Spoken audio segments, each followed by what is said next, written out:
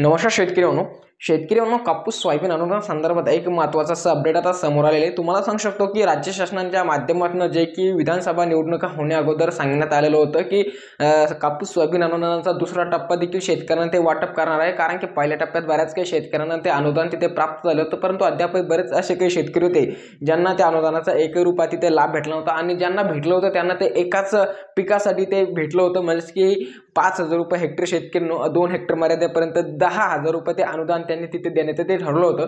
परंतु बऱ्याच काही शेतकऱ्यांना फक्त सोयाबीनसाठी किंवा कापसासाठी एकंदरीत असंच ते अनुदान तिथे भेटलं होतं, म्हणजे संपूर्ण अनुदान जेवढं सांगेलप्रमाणे त्यांना तिथे भेटलं नव्हतं। तर याच्या संदर्भात एक महत्त्वाचा असा अपडेट आता राज्य शासनाच्या तसंच केंद्र शासनाच्या माध्यमातून ह्या दोन्ही योजनांच्या भावांतरित योजनांतर्गत समोर आलेले।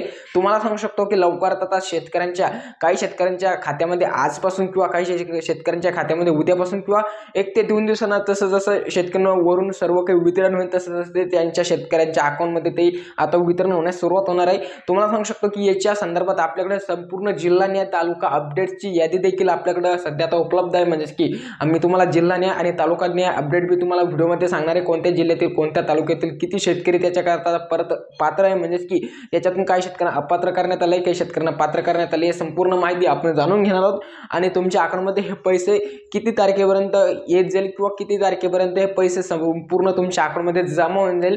आता 2 हेक्टर मर्यादेपर्यंत 10,000 रुपये त्यांनी तिथे देण्याचं ठरवलं होतं, परंतु ज्या शेतकऱ्यांचे 2 हेक्टर सोयाबीन आणि 2 हेक्टर सोयाबीन आणि 2 हेक्टर कापूस अशा शेतकऱ्यांना 20,000 रुपये अनुदान तिथे देण्याचं त्यांनी ते ठरवलं होतं शेतकरी बांधवांनो, म्हणजे की एक त्यांच्यासाठी एक खूप मोठी गुड न्यूज पण तिथे होती। तर तुम्हाला याच्या संदर्भात संपूर्ण माहिती मी सांगणार आहे। याच्यासाठी काही KYC करायची वगैरे सर्व काही गरज पडणार आहे की नाही ते पण आपण व्हिडिओच्या पुढे जाणून संपूर्ण काही माहितीमध्ये जाणून घेणार आहोत। मित्रांनो, व्हिडिओ खूप इम्पॉर्टंट माहिती पूर्ण नक्कीच पूर्ण पहा। त्या अगोदर आपल्या चॅनलवरती मात्र नवीन आले असेल तर पुढील पण असलेली माहिती पूर्ण व्हिडिओज पाहण्यासाठी चॅनल मात्र नक्कीच सबस्क्राईब करून द्यावा आणि व्हिडिओला पण मित्रांनो लाईक एक आताच करून। तर तुम्हाला सांगू शकतो की आता राज्य मंत्रिमंडळाच्या माध्यमातून याच्या संदर्भात हे महत्त्वाचं अपडेट आहे।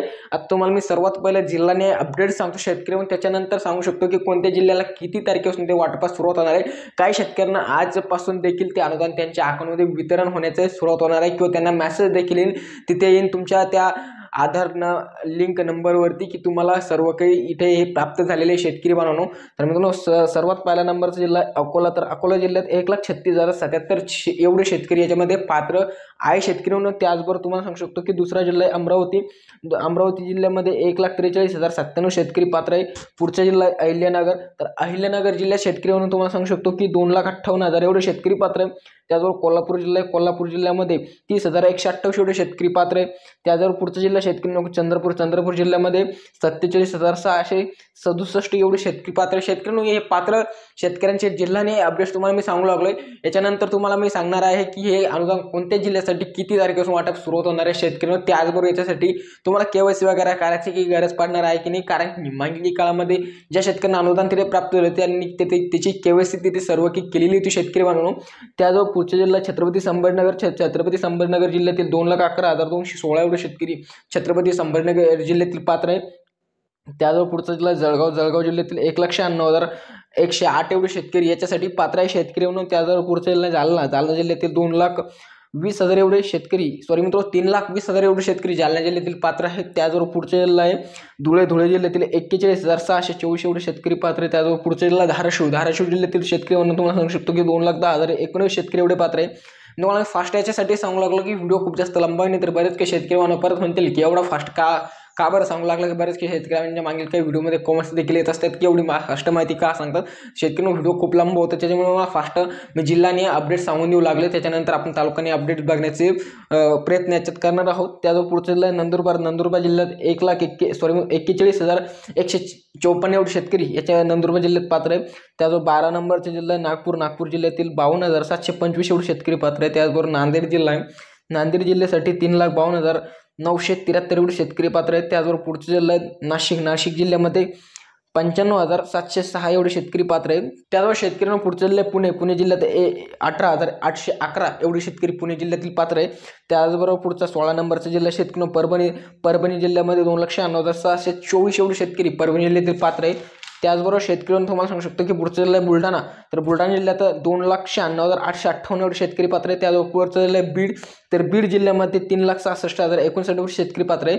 यवतमाळ जिल्ह्यात 2,90,662 शेतकरी पात्र आहे. त्याचबरोबर वर्धा जिल्ह्यात 80,491 शेतकरी एवढे पात्र आहेत. त्याचबरोबर पुढचा जिल्हा शेतकरी लातूर जिल्ह्यात 2,44,612 एवढे शेतकरी लातूर जिल्ह्यातील पात्र आहे. त्याचबरोबर पुढचा जिल्हा सांगली जिल्ह्यात 23,762 एवढे शेतकरी सांगली जिल्ह्यातील पात्र आहे. पुढचा जिल्हा सातारा जिल्ह्यात 89,109 शेतकरी एवढे पात्र आहे. त्याचबरोबर पुढचा जिल्हा सोलापूर जिल्ह्यात 49,491 एवढे शेतकरी सोलापूर जिल्ह्यातील पात्र आहे. त्याचबरोबर पुढचा जिल्हा हिंगोली जिल्ह्यात 2,11,830 एवढे शेतकरी पात्र आहे. गडचिरोली जिल्ह्यात 11,98 एवढे शेतकरी पात्र आहे फक्त 1198 एवढे शेतकरी गडचिरोली जिल्ह्यात पात्र आहे. त्याचबरोबर पुढचा भंडारा जिल्ह्यात 454 एवढे शेतकरी पात्र आहे शेतकऱ्यांनो. तर शेतकऱ्यांनो हे 29 जिल्ह्यांची जिल्हानी अपडेट्सची यादी आपल्याकडे होती, जे की तुम्हाला मी प्रस्तुती करून सांगितली. तर शेतकऱ्यांनो ह्या जिल्ह्यातील शेतकऱ्यांना आता लवकरातच जे की तुम्हाला सांगू शकतो की लवकरातच कापूस आणि सोयाबीन अनुदानाचं वितरण त्यांच्या अकाउंटमध्ये लवकरातच येणार आहे. का शेतकऱ्यांना 10,000 रुपये, 20,000 रुपये, 15,000 रुपये अशा प्रमाणात हे पैसे त्यांच्या हेक्टरनुसार येणार. ज्या शेतकऱ्यांचं 2 हेक्टर असेल, 2 हेक्टर सोयाबीन किंवा 2 हेक्टर कापूस अशा शेतकऱ्यांना 20,000 रुपये तिथे येणार आहे. ज्या शेतकऱ्यांना 1 हेक्टर कापूस, 1 हेक्टर सोयाबीन अशा शेतकऱ्यांना 10,000 रुपये तिथे ते येणार आहे शेतकऱ्यांना. परंतु तुम्हाला एक माहिती म्हणून सांगू शकतो की ज्या शेतकऱ्यांना मागील काही काळामध्ये एक तर कापूस पिकाचं किंवा सोयाबीन पिकाचं जेवढं पण अनुदान जे की भावांतरित अनुदान त्यांना ते प्राप्त झालं होतं, अशा शेतकऱ्यांना हे पैसे मात्र भेटणार नाही. म्हणजे की एका पिकासाठी भेटलं असेल तर दुसऱ्या पिकासाठी भेटले, परंतु दोन्ही पिकासाठी भेटणार नाही शेतकरी. नाही तर बरेच काही शेतकरी बांधवांनी परत हे अनुदान येऊ लागलं का, तर असं काहीच नाही. परंतु हे नक्कीच आहे की अनुदान लवकरात तुमच्या अकाउंटमध्ये आता वितरण होण्यास देखील सुरुवात होणार आहे शेतकरी. कारण की मागील काळामध्ये आचारसंहिता निवडणुकांच्या काळात हे सर्व गेला स्थगिती भेटलेली होती. तर शेतकऱ्यांना हेच एक महत्त्वाचं असं अपडेट आहे की कापूस सोयाबीन भावांतरित अनुदान संदर्भातील जिल्हानिहाय होतं. तर तुम्हाला हे माहिती कशी वाटली ते कमेंट्स करून मात्र नक्की सांगा. तुमचे काय प्रश्न ते कमेंट बॉक्समध्ये नक्की सांगा. पुढील पण असलेली माहितीपूर्ण व्हिडिओज पाहण्यासाठी चॅनलमध्ये नक्कीच सबस्क्राईब करा आणि जाता व्हिडिओला पण एक लाईक मित्रांनो आताच करून द्या. धन्यवाद.